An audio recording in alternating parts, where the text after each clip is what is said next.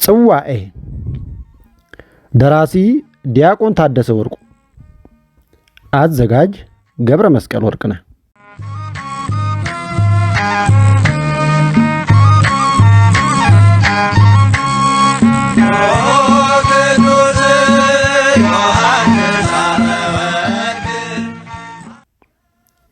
ቀዳሚ ቃል እንደ ማህበረሰብ ከወደቅንበት የመከፋፈል ገደልና የጥላቻ አዘቅት እንዴት እንውጣ? ከእርስ በርስ መከፋፋትና መገፋፋት የምንላቀቀው መቼ ነው? በአንድ ሰማይ ጣራ ስር እየኖርን አንድ የዝናብ ጠል እየጠጣንና በአንድ ፀሐይ ብርሃን እየተመላለስን ለምንድነው አንድ ምዕራፍ ላይ ለመድረስ በአንድ መንገድ መጓዝ ያቃተን? እነዚህን ጥያቄዎች በተለያየ አውድ ውስጥ ሆነን እንደ ሰው ልናነሳቸው እንችላለን። እንደ ኢትዮጵያዊ ስናነሳቸው ግን ስሜቱ ይለያያል። አይምራዊ ጥያቄ ብቻ ሳይሆን የልብ መዛልና መቃተት ስሜት አለው።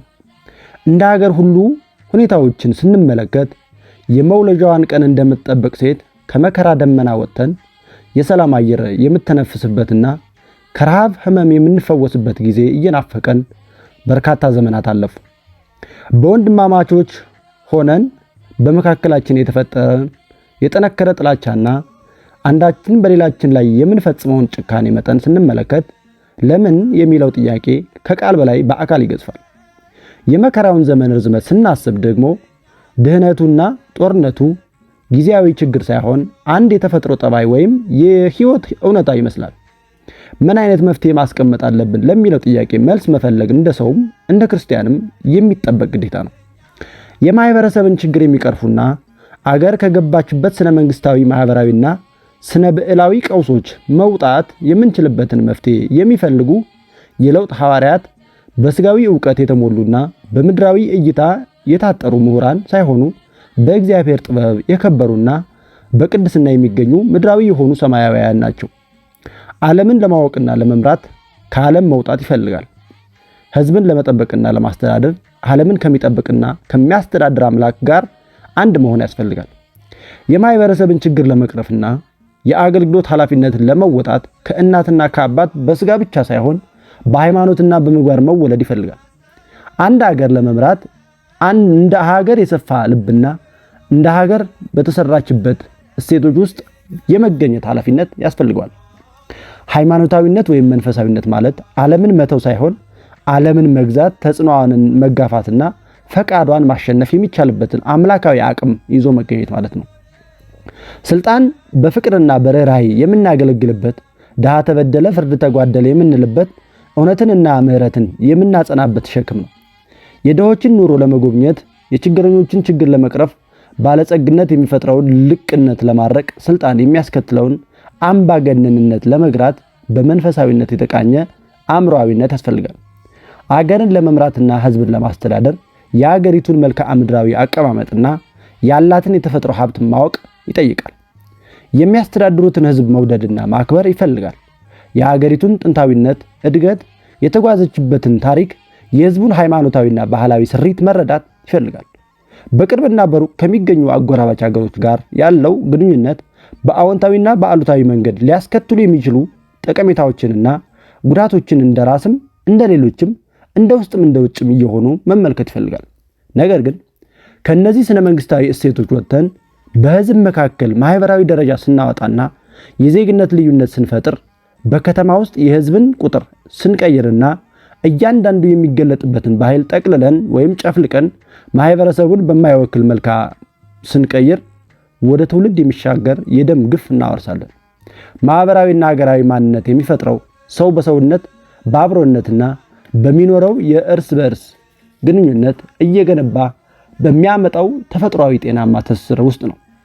ተፈጥሯዊውን የግንኙነትና የእድገት ሂደት ተጋፍተን እጃችንን አስገብተን በየራሳችን የጥቅም የብሔርና የአመለካከት እይታ ለማስከተል ወይም ለማስተካከል ስንሞክር ተፈጥሮን እናዛባለን። ህይወትን ትርጉም አልባ እናደርጋታለን። ሰውነትን እናፈርሳለን።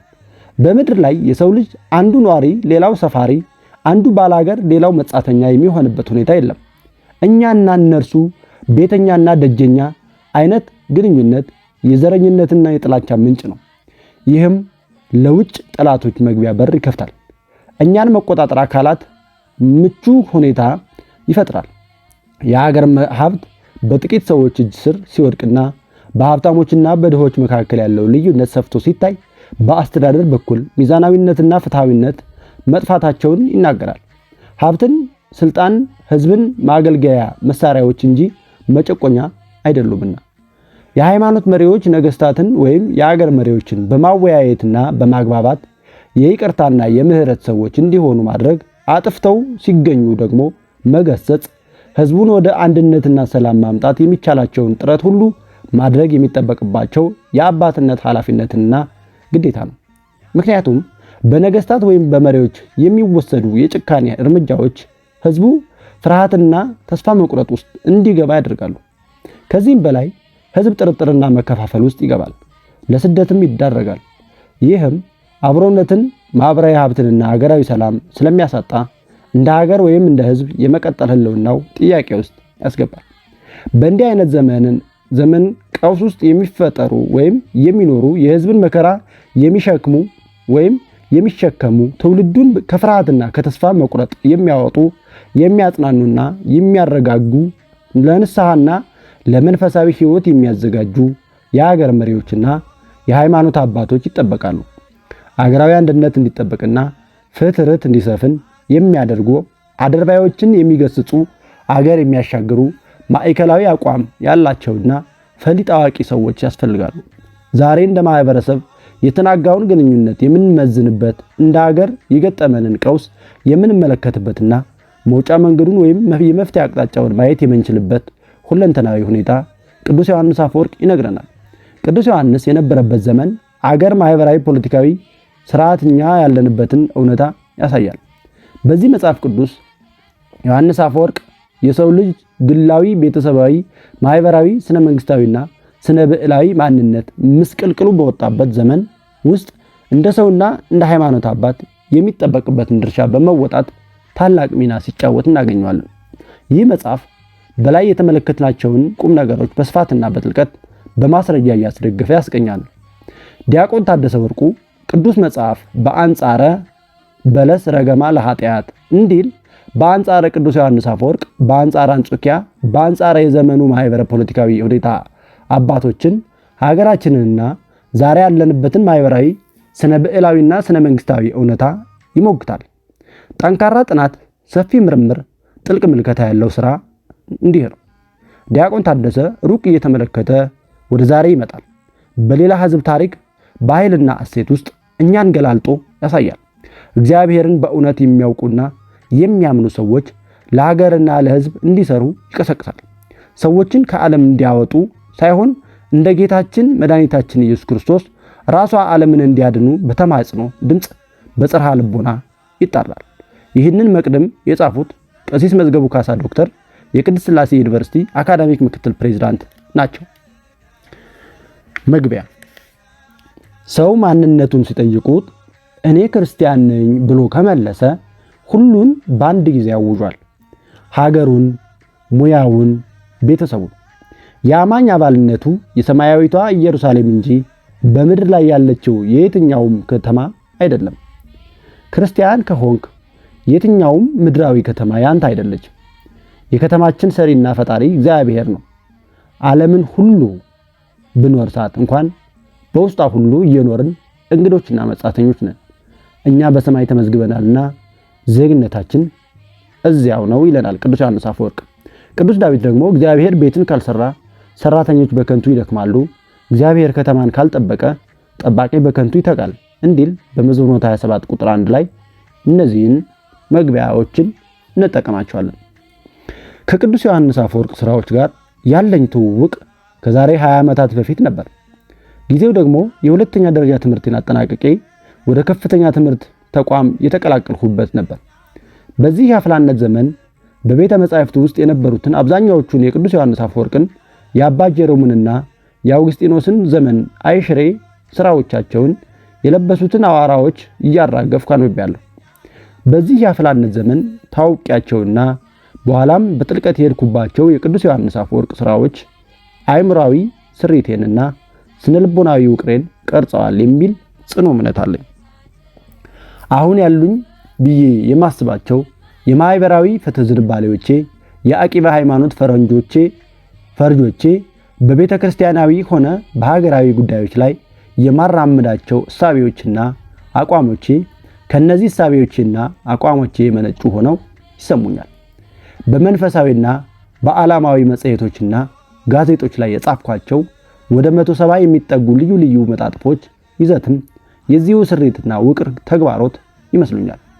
እንዲህም ሆኖ የቅዱስ ዮሐንስ አፈወርቅ ሥራዎችን ከማንበብና የቅዱስ መጻሕፍቱን ትርጓሜዎች ለትምህርተ ወንጌል አገልግሎት ከመጠቀም የዘለለ እንደዚህ መጽሐፍ እጽፍበታለሁ የሚል ህልምም ሐሳብም ፈጽሞ አልነበረኝም። ሁልጊዜ እንዳለሙትም ሆነ እንዳሰቡት አይሆንም። ገብረ እግዚአብሔር ኪደ ሐምሌ 2011 ዓ.ም በመናገሻ ገነተ ጽጌ ቅዱስ ጊዮርጊስ ደብር የስብከተ ወንጌል አዳራሽ ጉባኤ ደቂቀ አበው በተሰኘው መርሃ ግብር ላይ በቅዱስ ዮሐንስ አፈወርቅ ዘመን በነበሩት ማህበራዊ፣ ፖለቲካዊ፣ ኢኮኖሚያዊና ሃይማኖታዊ ቀውሶች ላይ የሚያጠነጥን ጽሑፍ እንዳቀርብ ግድ አለኝ። እኔም የወዳጄን ገብረ እግዚአብሔር ኪዳን ግብዣ ተቀብዬ የማህበረ ፖለቲካ ቀውስ በዘመነ ቅዱስ ዮሐንስ አፈወርቅ በሚል ርዕስ ሀገራችን ካለችበት ማህበረ ፖለቲካዊ ቀውስ ጋር በማሰናሰል ለውይይት መነሻ የሚሆን ጽሑፍ ለማቅረብ ሞከርኩ። ከዚህም ጊዜ ጀምሮ ጽሑፉን በስራውም ተገኝተው በብዙሃን መገናኛም ተከታትለው የነበሩ ወንድሞች በአካልና በስልክ መጽሐፍ እንዳደርገው ይጎተጉቱኝ ጀመር። በጊዜው ደግሞ የኔ እቅድ ባለፉት 10 ዓመታት የደከምኩበትንና በኦርቶዶክሳዊ ብሔርተኝነት ላይ የሚያጠነጥነውን መጽሐፍ ማጠናቀቅ ነበረብኝ።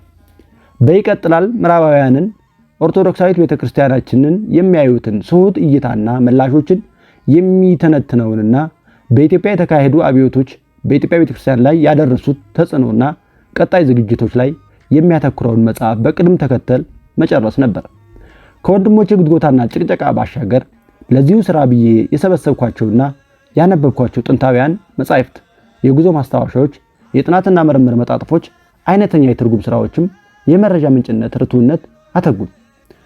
የታሪካዊ ሁኔታዎቹ ከሀገራችን ወቅታዊ ሁኔታዎች ጋር መመሳሰላቸውና ሀገራችንም ሆነች ቤተክርስቲያናችን ከገቡበት ማህበረ ፖለቲካዊ ቅርቃር የሚወጡበትን መፍትሄ የመፈለግ ጽኑ ረሃብ የጥናት ስራውን የምር አድርጌ እንዲይዘው አገበሩኝ። ከዚህ ጋር ደግሞ ለአንድ ዓመት ያህል ከሀገሪቱና ከቤተ ክህነቱ ፖለቲካና ብዙሃን መገናኛዎች መራቄ አመቺ የጽሑፍ ጊዜ እንዲኖረኝ አደረገ። በዚህ ምክንያት መጽሐፉን ጊዜ ወስጄና እጅጉን አስቤበት ለመጻፍ ቻልኩ። ከዚያም በጉባኤ ደቂቀ አበው መርሃ ግብር ላይ የተጸነሰው ሐሳብ እነሆ በዚህ መልኩ መጽሐፍ ሆኖ ተወለደ። ሀገራችን ሆነች ቤተክርስቲያናችን ተዘርዝረው በማያልቁ ማህበራዊ፣ ኢኮኖሚያዊ፣ ፖለቲካዊ ቀውሶችና ሃይማኖታዊ ውዝግቦች ተተብትበዋል። በዚህም ምክንያት ኢትዮጵያችንም ሆነች ቤተክርስቲያናችን መስቀለኛ መንገድ ላይ ናቸው። ርቱዓዊ መንገዳቸውን መስቀለኛው ያደረጉባቸው ደግሞ ስሁት ታሪካዊ ትርክቶችና ፖለቲካዊ ጭሰኝነት፣ ርዕዮተ ዓለማዊና ፖለቲካዊ ፍረጃ፣ ኦርቶዶክስ ጠልነትና የሀገራዊ እሴቶች መሰባበር ናቸው። ከነዚህ የሚወለዱ እኩያት ደግሞ የሀገራችንን አንድነትና አብሮነት ሲፈታተኑ፣ ቤተክርስቲያናችንን ደግሞ ዘውግን መሰረት ላደረጉ ልዩነቶችና ክፍፍሎች ሲዳርጉም እየተስተዋሉ ነው። ከቤተክርስቲያን ሰማያዊ ባህሪ በእጅጉ የራቁና አጥንትንና ጉልጥምትን ማዕከል ያደረጉ ቤተክርስቲያናዊ ወይም ቤተ ክህነታዊ መዋቅሮችም ብቅ ጥልቅ እያሉ ነው። ከኦርቶዶክሳዊ ማንነት ይልቅ የዘውጌ ማንነትን የመሰባሰቢያ ርዕዮት ያደረጉ የጳጳሳት፣ የቀሳውስትና የዲያቆናት ድብቅ አደረጃጀቶችም እያቆጠቆጡ ነው። ከዚህም በላይ ደግሞ መፍትሄ ከመፈለግ ይልቅ እነዚህ ችግሮች ይበልጥ እንዲወሳሰቡና የበለጠ ጥልቀት እንዲኖራቸው የተደረጉ ይገኛሉ። ኦርቶዶክሳውያን በኦርቶዶክሳዊ ማንነታቸው ብቻ ተለይተው ከሀገራቸው ማህበራዊ፣ ፖለቲካዊና ኢኮኖሚያዊ መዋቅሮች እንዲገለሉ፣ የሥርዓታዊና የመዋቅራዊ ጥቃቶች ሰለባ እንዲሆኑ ተደርገዋል። የርስተ ሰማይ ቤታቸው የሆነችው ቤተክርስቲያናቸው የርስተ ምድር ስደተኛ እንድትሆን ተደርጓል። ሥርዓተ ተአምልኮ የሚፈጸምባቸው ቅዱሳት መካናቱ ተነጥቀውባቸዋል። ሥርዓተ ቤተክርስቲያን በሚጠይቀው አኳኋን በዓላትን በሰላም ማክበር እየገደዳቸው ወይም እየከበዳቸው እንዲመጣ ተደርጓል።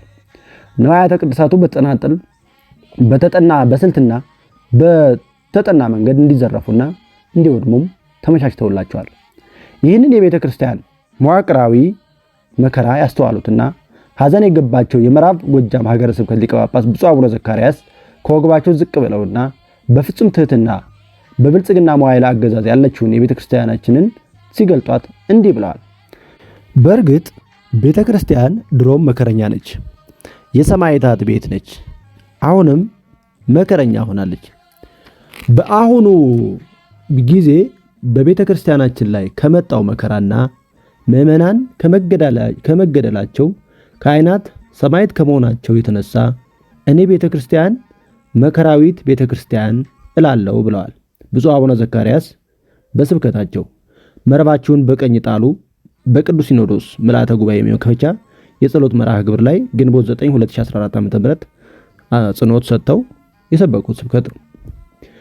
በብሉይም ሆነ በሐዲስ እጇን እና ልቧ ከነቢያትና ከሐዋርያት ደም ከጻድቃን በቀልና ከሰማዕታት ቂም ንጹሕ ነች የተባለችው የኢትዮጵያ ኦርቶዶክስ ተዋሕዶ ቤተክርስቲያን ከደም አበላ የምትታጠብ ሆናለች፣ ወይም በደም አበላ የምትታጠብ ሆናለች። የሚፈሰውም ደም እንደ ኦሪቱ ግዳጅ የማይወጣ ደመ ኪዳን ሆኗል። የአንዱን ክርስቶስን ደም ከአንድ ጽዋ በአንድ ርፈ መስቀል እየተቀበሉ የኦርቶዶክሳውያን ዘውጊያዊ ጎራ እንዲለዩ፣ እንዲፈራረጁ፣ እንዲጠላሉና እንዲጨካከኑ ሆነዋል። አንዱ አንዱን እንዲያሳደደው፣ እንዲያግዘውና በጭካኔ እንዲገለው ተደርጓል።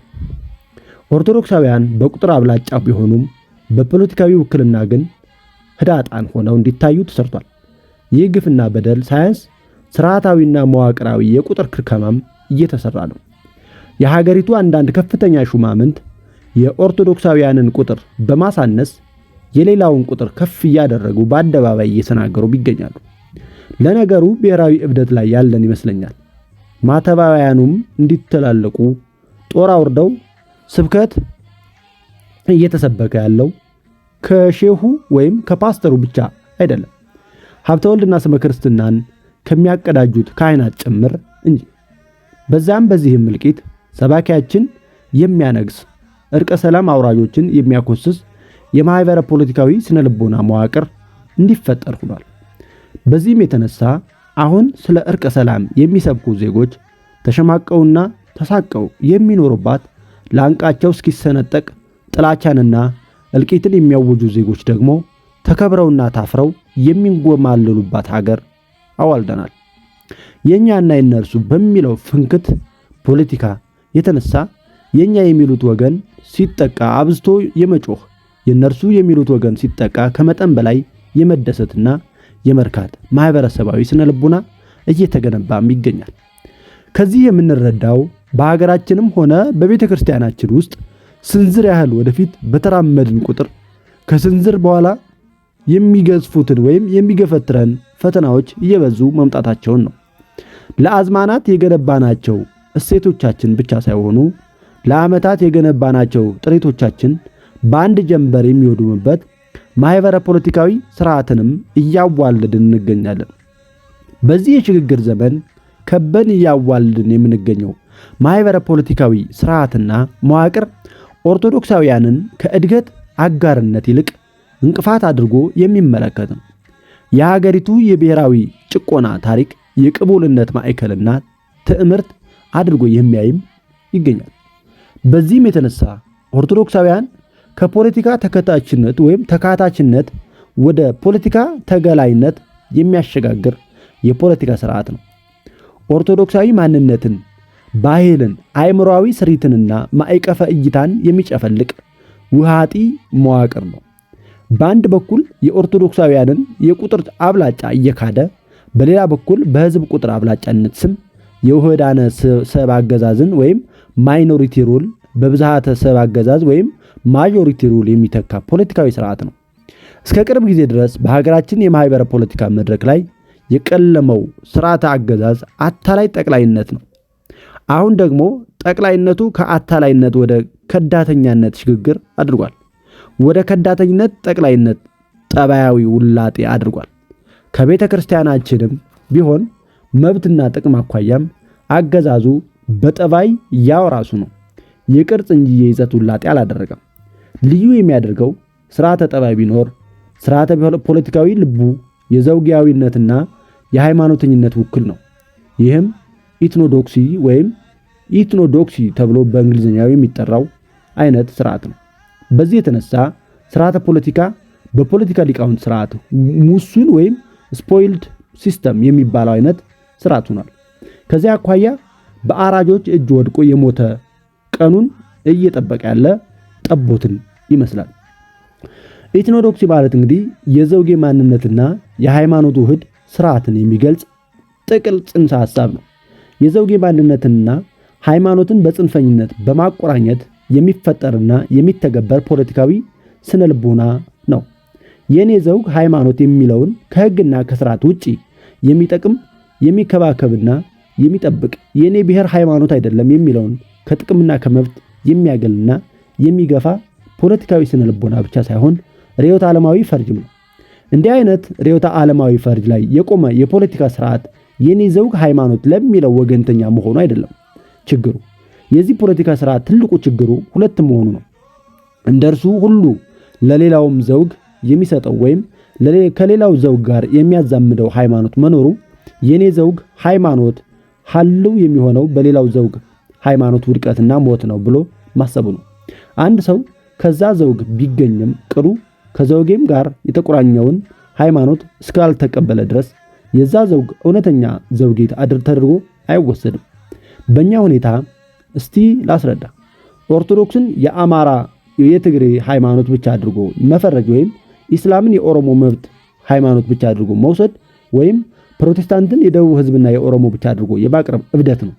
በዚህም እብደት መሰረት አንድ ሰው ኦሮሞ ሆኖ ኦርቶዶክስ ቢሆን እንደ እውነተኛ ኦሮሞ አይቆጠርም። በሌላውም እንደዛ ነው። ከዚህ አይነት እብደት የሚመነጨው የአድሎና የማግለል ስርዓትም ኢትኖዶክሲ ነው። ይህ ርዕዮተ ዓለም አብዛኞቹ የዓለም መንግስታት እንከተለዋለን ከሚሉት የሴኩላሪዝም ማህበረ ፖለቲካዊ እሳቤዎቻቸው ጋርም በእጅጉ የሚቃረን ሆኖ ይገኛል። ባጭሩ የእንግሊዝ ስፖይል ሲስተም ወይም ስርዓተ ሙስን ልንለው እንችላለን። ትርጓሜውም ስርዓተ ጥፉ ወይም ስርዓተ ብልሹ ማለት ነው። ስርዓተ ሙስን የአንድ የፖለቲካ ፓርቲ ምርጫ ካሸነፈ በኋላ ወይም ስልጣኑን በበላይነት ከተቆናጠጠ በኋላ የተቆናጠጠው አካል በምርጫ ወቅት ድል እንዲቀዳጅ ላደረጉት ደጋፊዎቹ፣ ጓደኞቹና ዘመዶቹ ያለምንም ብቃት የመንግስትን ስልጣንና ስራ መስጠት ነው። የሚሰጠው ስልጣን ወይም ስራ ታሳቢ የሚያደርገው ያለፈውን ድጋፍ ብቻ ሳይሆን ቀጣይ ፈለግ አስዋቢነትንና ዜና መዋዕል አሳማሪነትንም ጭምር ነው። ስልጣኑንና ስራውን ለመስጠት ደግሞ የፊተኞቹን ባለስልጣናትና ሰራተኞች እስከማባረር የደረሰ እርምጃን መውሰድን ያካትታል። በፖለቲካና በደም ወገንተኝነት ስልጣንና ስራ ያገኘ ሰው ደግሞ እርሱን ባገኘበት በዛው መንገድ ስልጣንና ስራ የሚገኝበትን ስርዓት ይዘረጋል። እንዲህ አይነቱ የንቅሰት ስርዓት በጊዜ ማሻሻያ ካልተደረገበት የፖለቲካ ስርዓቱ ሞት ጅማሬ ብቻ ሳይሆን የሀገረ መንግስት የገሃነም መንገድ ቀይ መብራትም ነው። ይህ ስርዓት በብሔር ፖለቲካ በተሳከረ እንደ እኛ አይነት ሀገር ይቅርና ሰውነት ከብሮባታል ወይም ከፍ ብሎባታል፣ ገኖባታል፣ ዲሞክራሲ በልጽጎባታል፣ ነጻነት ሰፍኖባታል የተባለችውን አሜሪካን እንኳን መላልሶ አሳስሯታል። የአሜሪካ የ19ኛው መቶ ክፍለ ዘመን አጋማሽ ፌዴራሊዝም ታላቁ ራስ ምታትም ይህ ነበር። ከስርዓት አጉዳፊዎች ስርዓት በመነሳት የሙስና ፖለቲካ ብላችሁ ልትጠሩትም ትችላላችሁ። በዚህ ላይ ደግሞ እንደ ትላንቱ ዛሬም በሀገራችን ፖለቲካ እኩያዊነት እንዳቆጠቆጠ ወይም እያቆጠቆጠ ይገኛል። አሁን እያቆጠቆጠና ስር ወደ መያዝ እየሄደ የሚገኘው ፖለቲካዊ እኩያዊነት ወደ ማህበራዊ እኩያዊነት አድጎ ሀገራችንንም ሆነ ቤተክርስቲያናችንን ወደማይሆን አቅጣጫ ከመውሰዱ በፊት ይህንን ፖለቲካዊ እኩያዊነት ማረቅ ያስፈልጋል። እኛ ያለንበት የማህበረ ፖለቲካዊ መረዳት ግን ማረቅ የሚችል አይደለም። እንዳውም ስሁት ከመሆኑም በላይ እጅግ አሳሳቢ ነው። ያለንበትን ህሊናዊና ነባራዊ ሁኔታም ተረድቶ መላ የሚመታ ተቋም በየደረጃው አልተፈጠረም። ያሉን ተቋማት ቢሆኑ ተፈጭተው ያልተነፉ ዱቄት ሆነውብናል። አሉን የምንላቸው የሃይማኖትና የፖለቲካ ልሂቃኖቻችንም ቢሆኑ ተበራይተው ያልተተመተሩ ወይም ነፋስ ያልወሰዳቸው የምርት ክምር ሆነዋል። ያልጠራ ያልበራ እንቶ ፈንቶ ታሪክ አዋቂዎችና ተመራማሪዎች በሚባሉ ሰዎች ሲነገር ዝምታን የምሁርነት መገለጫ በማድረግ የሀገራችንና የቤተክርስቲያናችን እብድና ግርድ የሆነው ተገኝቷል። በሀገራችንም ሆነች ቤተክርስቲያናችን ለገቡበት ቀውስ ዓለም አቀፋዊና አካባቢያዊ የኃይል አስተላለፍ ያላቸው አሉታዊ ሚና አይናቅም። ዋነኛውን ድርሻ የሚይዙት ግን ሀገራዊና ቤተ ክህነታዊ ሁነቶች እንደሆኑ መገንዘብም ያስፈልገናል። ሰማያዊና ምድራዊ ጎጆዎቻችንን እንደዚህ መስቀለኛ መንገድ ላይ ተገንብለው ወይም ተንገዋለው ባሉበት ሁኔታ ለሀገራችን ጸጋ መሆን የሚገባው ቤተ ክህነት ዕዳ ሆኖብን ተገኝቷል። ውርጭ እንደመታው የስንዴ ቡቃያ ጠውልጓል። ኦርቶዶክሳውያንና ኦርቶዶክሳዊት ቤተ ክርስቲያንን ከስርዓታዊና መዋቅራዊ ጥቃት መጠበቅ በሚችልበት ተቋማዊ ቁመና ላይም አይደለም።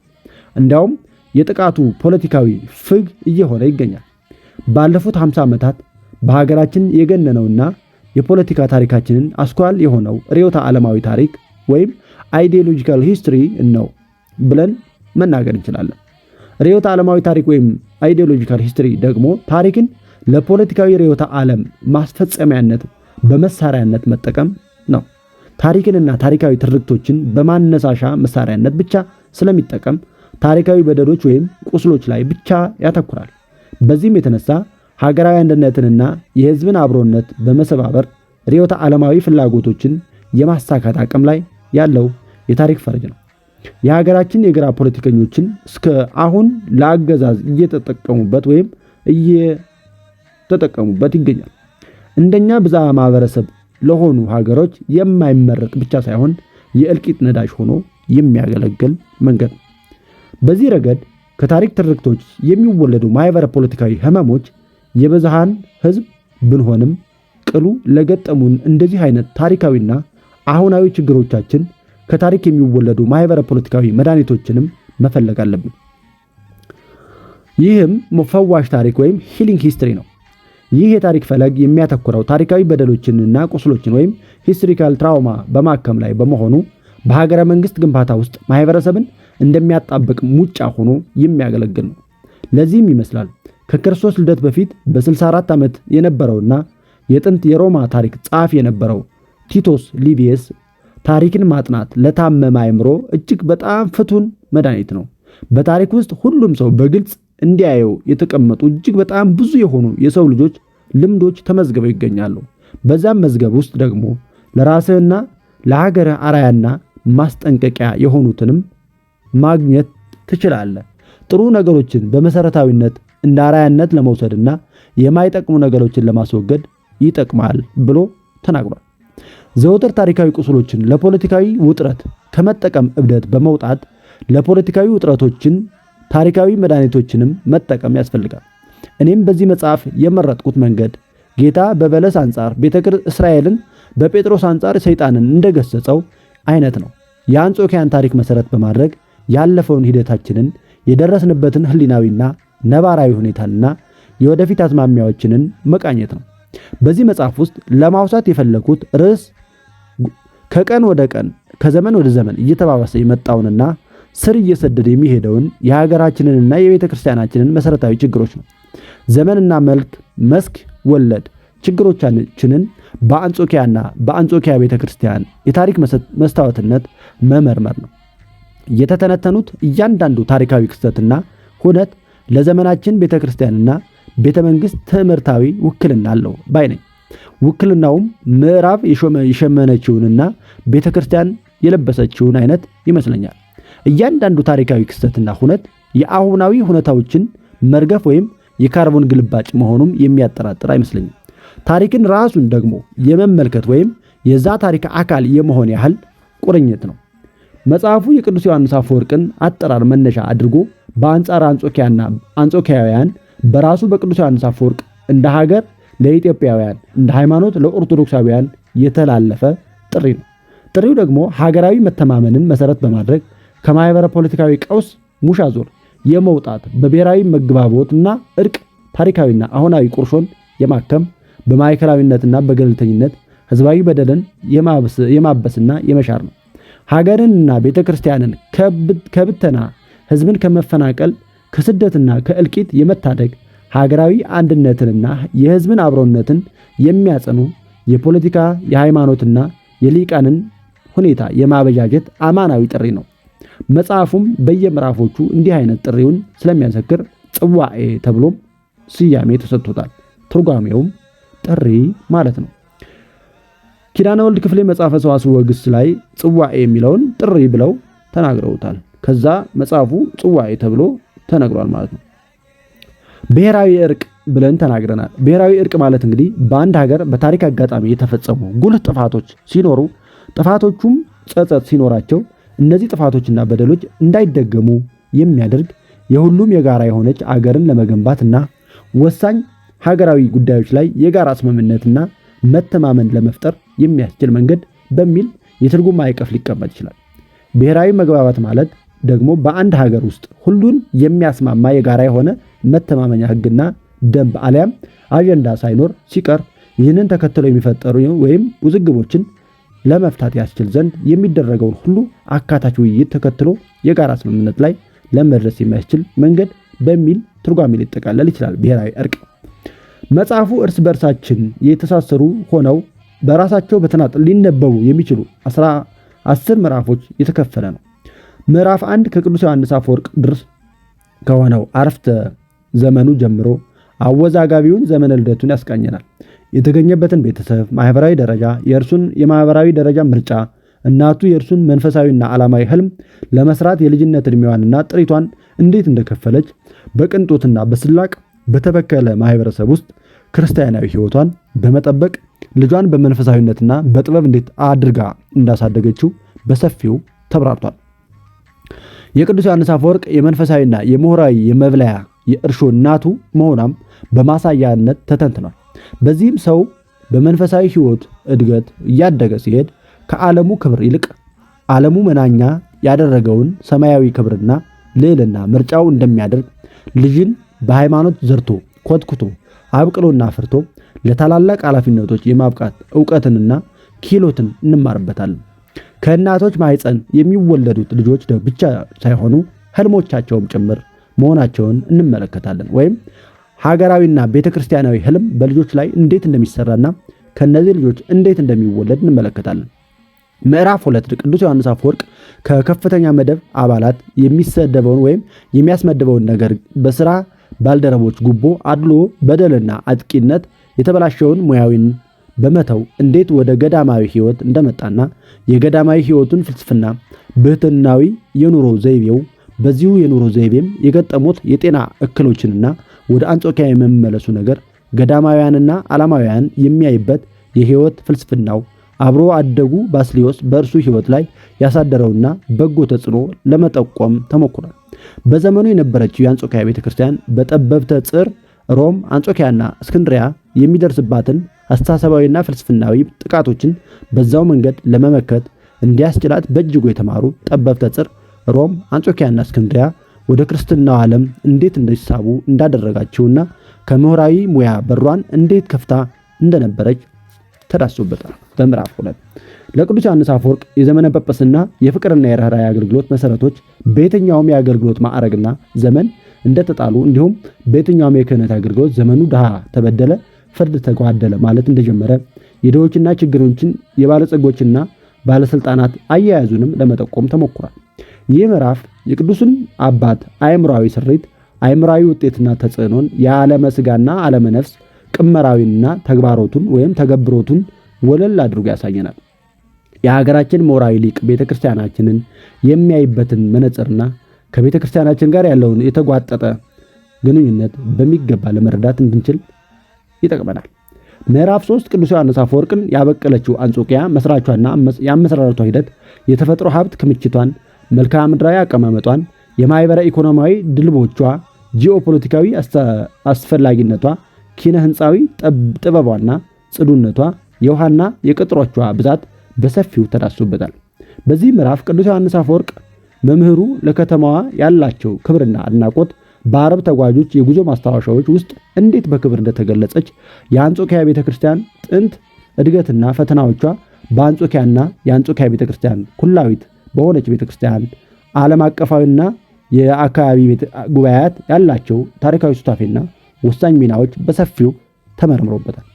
የቤተክርስቲያን ሰዎች ሆነውና በቤተክርስቲያን ውስጥ እየኖሩ የነገስታቱን የመናፍቃኑን ፈቃድ ለማስፈጸም ቤተክርስቲያንን እንዴት እንደሚከፋፈሉ እውነታዎች የቤተክርስቲያንን አባቶችን ከመንበራቸው ለማሳደድ ፖለቲካዊ ክሶችን እንዴት እንደሚያቀነባብሩ መናፍቃኑ ቤተመንግስቱን ጥግ አድርገውና ቤተመንግስቱ ውስጥ አስርገው ያስገቧቸውን ሰዎቻቸውን በመጠቀም እውነተኞችን ወይም ትክክል የሆኑ አባቶችን እንዴት አድርገው ከመንበራቸው እንደሚያሳድዷቸው እንደሚያግዟቸው እንዲሁ ኑፋቂያቸውን እንደሚዘሩ ተመልክቷል። የአንጾኪያ ቤተክርስቲያን ታላቅነትና ገናናነት፣ የአብያተ ክርስቲያናት ብዛትና የተሰሩበት የከበሩ ማዕድናት ምንነት፣ የክርስቲያኖች ሕይወትና አኗኗር በአረብ የጉዞ ማስታወሻዎች ውስጥ እንዴት በሰፊው እንደተብራራም አጤኗል። በስርዓቱም በየጉባኤቱ የተነሱ ነገረ መለኮታዊ ጽንሰ ሐሳቦችን፣ ጽንሰ እሳቢያዊ ተዋሶዎችንና በየጉባኤቱ የተነበሩ ፖለቲካዊ ጣልቃ ገብነቶችን ለመመርመር ተሞክሯል። ቤተ መንግስቱ ስልጣኑን ለማደላደልና በቤተ ክህነቱ ውስጥ የቁጥጥር ሰንሰለቱን ለመዘርጋት የቤተ ክርስቲያን ሰዎችን በጥፋት እጅነት እንደሚጠቀምና አጽራረ ቤተ ክርስቲያንን የክህደት አዝርታቸውን በቤተ ክርስቲያን ውስጥ ለመዝራት ቤተ መንግስቱን እንደሚታሰብና እንደ እምቅ ጉልበቱ ምንም ጊዜ እንደሚጠቀሙ ከዚህ መጽሐፍ ምዕራፍ መገንዘብ እንችላለን። ምዕራፍ 4 አንጾኪያን የምትፋጅ አልጋና የምትፈነዳ የባሩድ በርሜል ያደረጓት ማህበራዊ፣ ኢኮኖሚያዊ፣ ፖለቲካዊና ሃይማኖታዊ ቀውሶቿን ውዝግቦች በጥልቀት ተተንትኗል። በአንጾኪያ መደባዊ ጀርባን መሰረት ያደረገው የማህበራዊ ደረጃ ልዩነት ያመጣቸው መዘዞች የከተማዋን የህዝብ ስብጥር ስርዓት ለመቀየር ህዝባዊ አደባባዮችን የራስ ብቻ ለማድረግና የባህል ጠቅላይነትን ለማስፈን በሮማውያንና በግሪካውያን ልሂቃን መካከል የሚታየው የከረረ ፉክክር በክትያም በአንድ በኩል ሮማውያን፣ ግሪካውያንና አይሁዶች የከተማዋን የህዝብ ስብጥር ለመቀየር በሚያደርጉት መተጋገል በአንጾኪያ ጥልቅና የተዳፈነ መፈራረጃ መኖሩ ተፈትሾ ተተንትኖበታል። ግሪካውያን ከተማዋን የመሰረቱት የኛ ቅድመ አያቶች ናቸው በሚል መንፈስ ሌላውን እንደ ሰፋሪ መቁጠራቸውን፣ ሮማውያን ደግሞ የራሳቸውን ሃይማኖታዊና ባህላዊ ማንነቶች ብቻ ጎልቶ እንዲወጣ ለማድረግ በሚፈጽሙት ተጽዕኖ የተነሳ የአንጾኪያን አየር የዛር ጥላቻ ተቆጣጥሮት እንደነበርና ውጫዊ የወረራ አደጋ እንዴት እየተባባሰ እንደመጣም በሰፊው ተዳስሶበታል።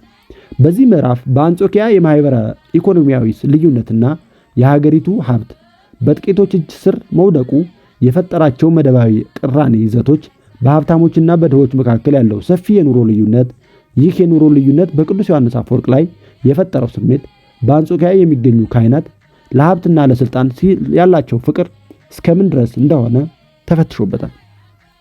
የቤተ መንግስትና የቤተ ክርስቲያን ጋብቻ ጅማሬ፣ ጥቅምና መዘዝ፣ በቤተ መንግስትና በቤተ ክህነት ውስጥ የነበሩ ፍቅረ ሲመት የወለዳቸው ስልጣንን የመቆናጠጥ ሽኩቻዎች፣ የእርስ በርስ መጠላለፎችና ሴራ ጉንጎናዎች፣ ዙፋንና መንበር ግልበጣዎች፣ ጥላቻና መገዳደሎችን፣ ስነ ምግባራዊና ግብረገባዊ ድቀቶችን፣ ዘርን መሰረት ያደረጉ ክፍፍሎችን፣ መጠቃቀሞች፣ ምዝበራና ሌብነት መንሰራፈታቸውን በጥልቀት ተተንትኗል።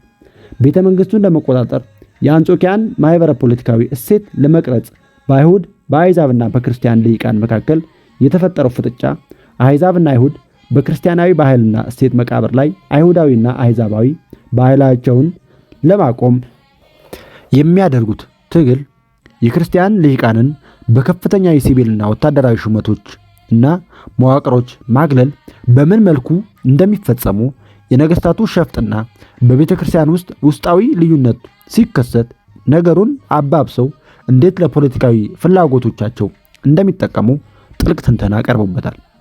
በምዕራፍ 5 በቤተ ክርስቲያን ታሪክ ሐውልት አንቀጥቅጥ ስለተሰኘው ህዝባዊ አመጽ መሰረታዊና የወዲያው ምክንያቶችን፣ ቅድመ አመጽ ህዝቡ ለአቤቱታ ወደ ሊቀ ጳጳሱ ቤት የመሄዱና ሊቀ ጳጳሱን የማጣታቸው ምስጢር፣ ህዝባዊ አመጹ ከሰላማዊ ሰልፍነት ወደ ስርዓት አልበኝነትና አውዳሚነት እንዴት እንደተቀየረ፣ ስርዓት አልበኝነቱንና ውድመቱን ተከትሎ የንጉሱ ቀስተኛ ወታደሮች ስለወሰዱት ዘግናኝ እርምጃዎች ምንነት ተቃኝቷል።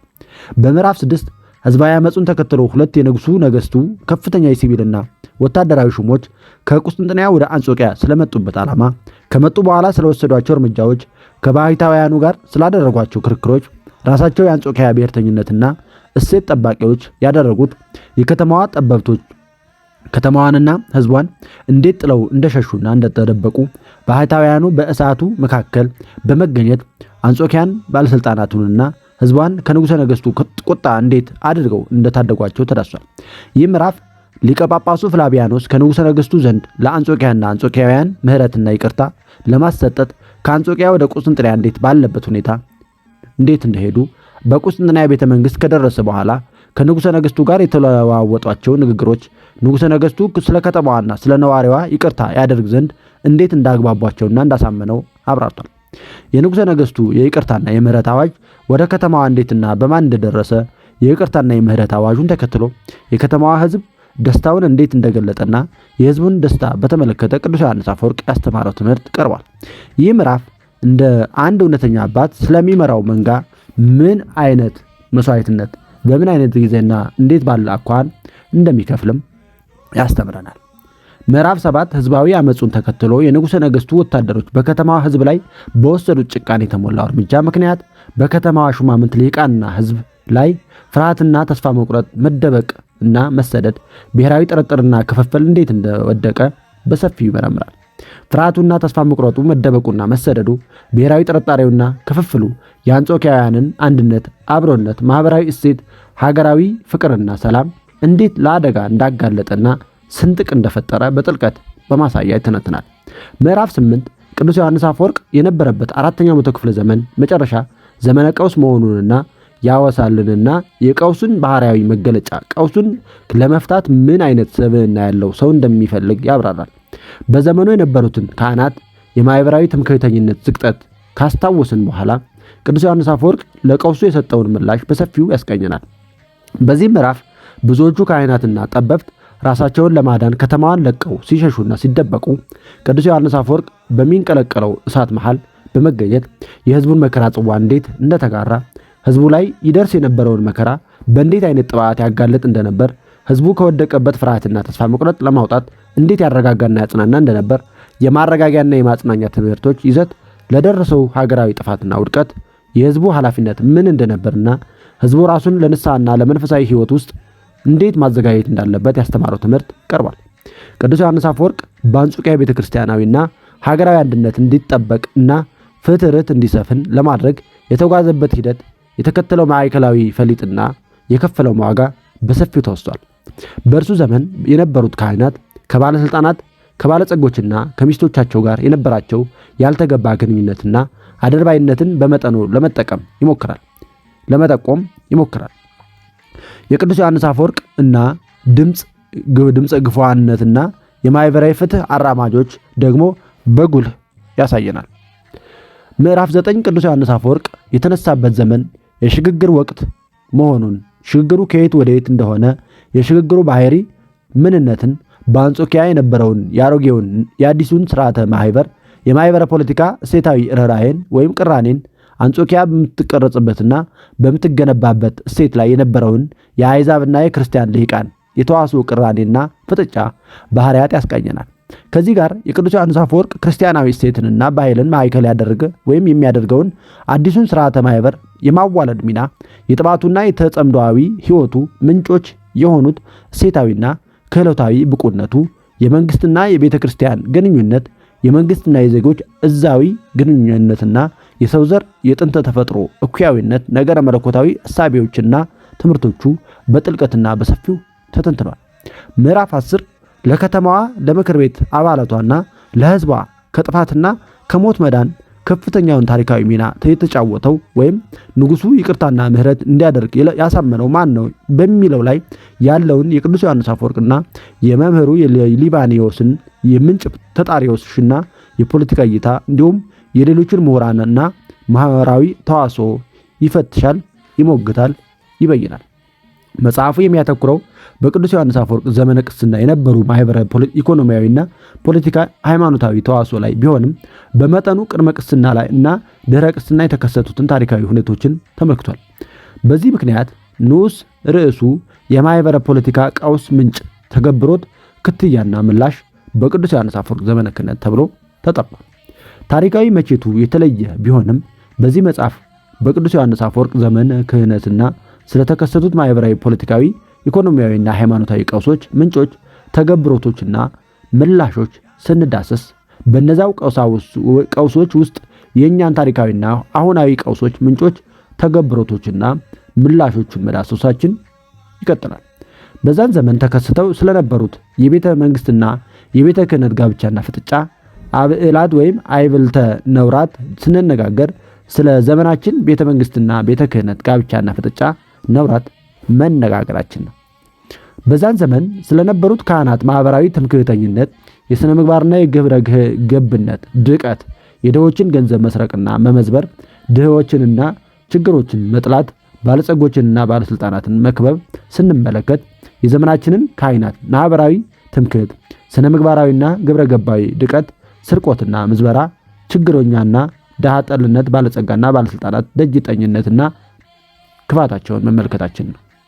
በዛን ዘመን በነበረው ቤተ ክህነት ውስጥ ስለነበረው ቡድንተኝነትና ጥቅመኝነት፣ መዋቅራዊ አማሳኝነትና ሲሞናዊነት፣ ጎጣዊ መጠቃቀምና መጠቃቃት፣ ቅናትና ጥላቻ፣ ቤተ መንግስታዊ ተካኪነትና መሶብ ተሳላሚነት ስናነሳ በዘመናችን ቤተ ክህነት ውስጥ በጉልህ ስለሚታዩ ቡድንተኝነት፣ ጥቅመኝነት፣ መዋቅራዊ አማሳኝነት፣ ሲሞናዊነት፣ ጎጣዊ መጠቃቀምና መጠቃቃት፣ ቅናትና ጥላቻ፣ ቤተ መንግስታዊ ታካኪነትና መሶብ ተሳላሚነት ማንሳታችን እንደሆነ ልብ ልንል ይገባናል።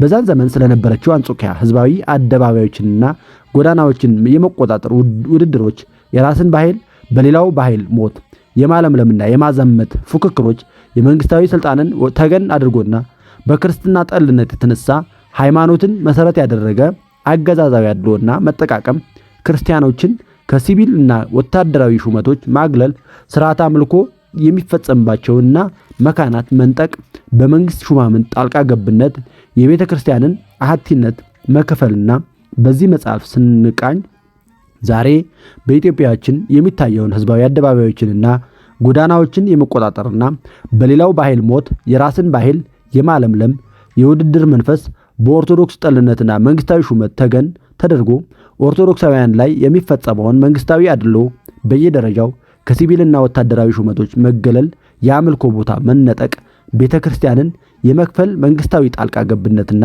መቃኘታችን ነው። በዛን ዘመን በአንጾኪያ ስለነበረው የሃይማኖትና የፖለቲካ ልሂቃን ግትርነትና ገፊነት፣ ጸጉር ሰንጣቂነትና ሴረኝነት፣ እብሪተኝነትና ግብዝነት፣ መቀናናትና መጠላላት፣ መመቀኘትና መጠላለፍ፣ መፈራረጅና መቧደን፣ ሽፍጥና ክህደት፣ መደፋፈቅና መገዳደል በዚህ መጽሐፍ ላይ ስናትት በኢትዮጵያ ስላሉ አንዳንድ የሃይማኖትና የፖለቲካ ልሂቃን ብሔራዊ ግትርነትና ገፊነት፣ ጸጉር ሰንጣቂነትና ሴረኝነት፣ እብሪተኝነትና ግብዝነት፣ መቀናናትና መጠላላት፣ መመቀኘትና መጠላለፍ፣ መፈራረጅና መቧደን፣ ሽፍጥና ክህደት፣ መደፋፈቅና መገዳደል እያተትን መሆናችንን ልብ ማድረግ ያስፈልጋል። ሊቀ ጳጳሱ ፍላቪያኖስ በረኸኞቹ ባህታውያንና ካህኑ ዮሐንስ አፈወርቅ አንጾኪያውያንን ንጉሠ ነገሥት ቴዎዶስያስና ቁጣቸውንና ከወታደሮቹ በዘግናኝ እርምጃዎች በምልጃ ለማዳን የአንጾኪያን ቤተ ክርስቲያን በውስጣዊ ቡርቦራና ስንጠቃ ለመታደግ የአንጾኪያን የቀድሞ ልዕልናዋንና አንድነቷን ለመመለስ በአንጾኪያውያን መካከል የተሰበረውን ማህበራዊ እሴቶች በመጠገን በአንጾኪያውያን መካከል አብሮነትንና ሰላምን ለማንበር ስለተቀበሉት ጸዋትወ መከራና ስለተከተሉት ጥበብ መንፈሳዊና ጥባት በዚህ መጽሐፍ ስንተነትን እንደ ትላንቱ ሁሉ ዛሬም ለሀገራችንና ለቤተ ክርስቲያናችን አህቲነትና ሰላም፣ ለሕዝባችን አንድነትና አብሮነት በጥባት የሚተጉ ውሉዳነ ክህነትና ካህናት በመነሻ ወይም በመሻት ነው። የመጽሐፉ ወገንተኝነትና ትኩረቱ ለሀገርና ቤተ ክርስቲያን ነው። ጥቅሙም እንደዚሁ በዛው ለሀገርና ለቤተ ክርስቲያን ነው። እኔም ይህንን መጽሐፍ ሳዘጋጅ መነሻዬ ቤተ ክርስቲያንና ሀገር ናቸው። መገስገሻዬ ቤተ ክርስቲያንና ሀገር ናቸው። መዳረሻዬም ቤተ ክርስቲያንና ሀገር ናቸው። ማንንም የማንኳሰስ፣ ማንንም የማጥላላት፣ ማንንም የማንንም አክሊል የማቀዳጀት ስራ አይደለም። ከሆነም አዝመራ ታጭዶ ሲሰበሰብ ብዙ አገዳ አንድ እስር ነዶ፣ ብዙ ነዶ አንድ ሙሉ እቅፍ፣ ብዙ እቅፍ አንድ ጉቾ፣ ብዙ ጉቾ አንድ ታላቅ ክምር እንዲሆን ሁሉ በዚህ መልኩ ቤተ ክርስቲያንንና ሀገርን የክብርና የልዕልና የአንድነትና የአብሮነት ታላቅ ክምር የማድረግ ህልም ነው።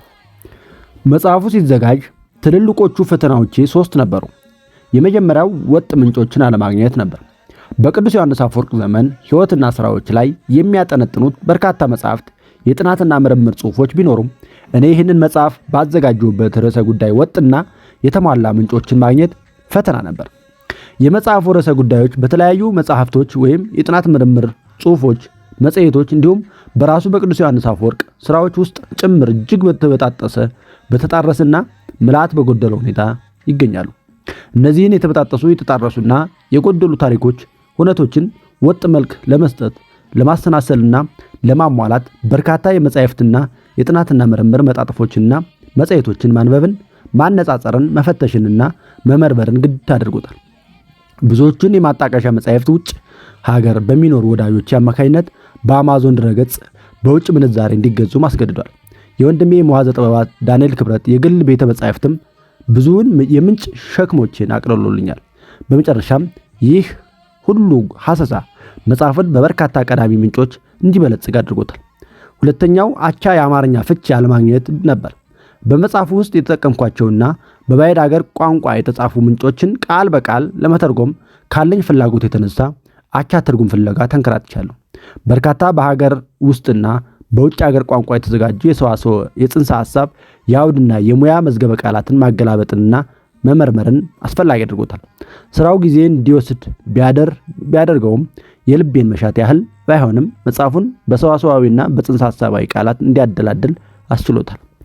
ሶስተኛ የመጽሐፉን ረቂቅ ተመልክተው አስተያየታቸውን የሰጡኝን ሊቃውንት የሐሳብ ተቃርኖ ነው። የሐሳብ ተቃርኖውም የተፈጠረው በእኔ የቃላትና የጽንሰ ሐሳቦች አጠቃቀም በላይ ነው። ሁሉም ሊቃውንት ለመጽሐፉ የተጠቀምኳቸውን ቃላትና ጽንሰ ሐሳቦች ለአንባቢው ይከብዳል በሚል ይስማሙና በመፍትሄ ላይ ይቃረኑብኛል። አንዳንዶቹ ከባዱ ቃላትና ጽንሰ ሐሳቦች ቀለል ባሉ ቃላትና ጽንሰ ሐሳቦች ቢተኩ ሲሉ፣ ሌሎቹ ደግሞ የመጽሐፉ ዓላማ ለአንባቢው አዳዲስ ቃላትንና ጽንሰ ሐሳቦችን ጭምር ማስተዋወቅ ስለሆነ ከባድ የሚባሉት ቃላትና ጽንሰ ሐሳቦች እንደነበሩ ይቀጥሉ አሉ። እነዚህ ሁለት የተለያዩ የአቀራረብ ልዩነቶችን ለማስታረቅ አማካይ መፍትሄ ግድ ነበር። እኔም በመፍትሄነት የወሰድኩት በቃላት ደረጃ ላሉት መፍትሄ ቃላት በማዘጋጀት መተርጎም ሲሆን በጽንሰ ሐሳብ ደረጃ ላሉት ደግሞ በግርጌ ማስታወሻ ለእያንዳንዱ ጽንሰ ሐሳብ ማብራሪያ መስጠት ነው። ይህንን መጽሐፍ ሳዘጋጅ በርካታ በሀገር ውስጥና በባዕዳን ቋንቋዎች የተጻፉ ማጣቀሻ ምንጮችን ተጠቅሜያለሁ። ጥንታውያን መጻሕፍትን፣ የጥናትና ምርምር መጣጥፎችን፣ የጥናት መጽሔቶችን፣ አይነተኛ የትርጉም ሥራዎችንና የአረብ ተጓዦችን የጉዞ ማስታወሻዎችን ተጠቅሜያለሁ። ለዚሁ ሥራ የሮማ ግዛተ አጼን አንጾኪያንና የቅዱስ ዮሐንስ አፈወርቅን ዘመንና ሕይወት በተመለከተ በተለያዩ ኦርቶዶክሳውያን አብያተ ክርስቲያናት፣ ግለሰቦችና ተቋማት የተሰሩ ዘጋቢ ፊልሞች መርምሬያለሁ። በኦርቶዶክሳውያን አብያተ ክርስቲያናትና የከፍተኛ ነገረ መለኮት የትምህርት ተቋማት እየተዘጋጁ በድረገጽ የተጫኑ ሕዝባዊና ትምህርታዊ ገለጻዎችን ተከታትያለሁ። እነዚህም ባያሌው አግዘውኛል። ቅዱስ ዮሐንስ አፈወርቅ በተለያዩ ጊዜያት የተናገራቸው ልዩ ልዩ ንግግሮቹን በየምዕራፍ መጀመሪያ ለማስፈር ተሞክሯል። ምንጮችን በማስረጃነትና በሐሳብ ማጎልበቻነት ስጠቅሳቸውም በግርጌ ማስታወሻ አንዳንዱን ሙሉ ርዕሳቸውን ስጠቅስ፣ በተደጋጋሚ የምጠቅሳቸውን ምንጮች ደግሞ ደራሲውን መጽሐፉንና ገጹን በመጥቀስ አስፍሬያለሁ። ትርጓሜና ማብራሪያ ያስፈልጋቸዋል የተባሉ ቃላት፣ ጽንሰ ሐሳቦች፣ ሁነቶች፣ የሰውና የቦታ ስሞች በግርጌ ማስታወሻ ተተርጉመዋል፣ ተብራርተዋል፣ ተገልጸዋል። ለመተርጎሚያና ለማብራሪያ ሐሳቦች የተወሰዱባቸው ምንጮቻቸውንም በዚያው ስፍራ ለማመላከት ተሞክሯል። በዚህ መጽሐፍ በእንግሊዝኛ ወደ አማርኛ የተተረጎሙ ጥቅሶች ሙሉ በሙሉ የመጽሐፉ አዘጋጅ ትርጉሞች ናቸው። በመጽሐፉ ውስጥ የተጠቀምኳቸው አንዳንዶች ረጃጅም ጥቅሶች ማሳጠር የሚቻል ቢሆንም እንዳለ ተቀምጧል። ይህም የተደረገው በሁሉም ምክንያት ነው። የመጀመሪያው ጥቅሶቹ የተወሰዱት ከቀዳሚ ምንጮች እንደመሆኑ አንባቢያን የጽሑፉን ሐሳብ በምልአት እንዲረዱ ለማድረግ ነው።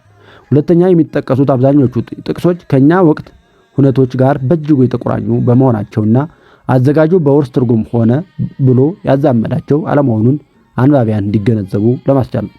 መጽሐፉ የተቀነበበት በኩረ ሐሳብም በአብዛኛው ፖለቲካዊ ትምህርተ መለኮት ሳይሆን ትምህርተ መለኮታዊ ፖለቲካ እንደሆነ ማስታወስ ፈልጋለሁ።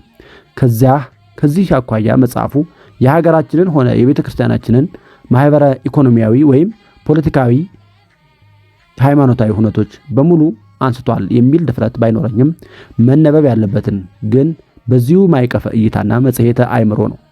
አለቃ ኪዳነ ወልድ ክፍሌ እንዳሉት ፊደል መለወጥ ስህተት ነው። ፊደልን መጣል ደግሞ ግድፈት ነው። ድንገት የተለወጠ የተገደፈ ፊደል ከገጠማችሁ ስህተቱ ሆነ ግድፈቱ የኔው ነው። እናም የጎደለውን አሟልታችሁ የተሳተውን አቅንታችሁ እንድታነቡ አደራዬ ጥብቅ ነው ይለናል በመግቢያው ላይ ዲያቆን ታደሰ ወርቁ። ሌሎችን ምዕራፎች በቀጣይ ክፍል እንመለከታቸዋለን። ወስብሐት ለእግዚአብሔር ወለወላዲቱ ድንግል ወለመስቀሉ ክቡር። ይቆያል።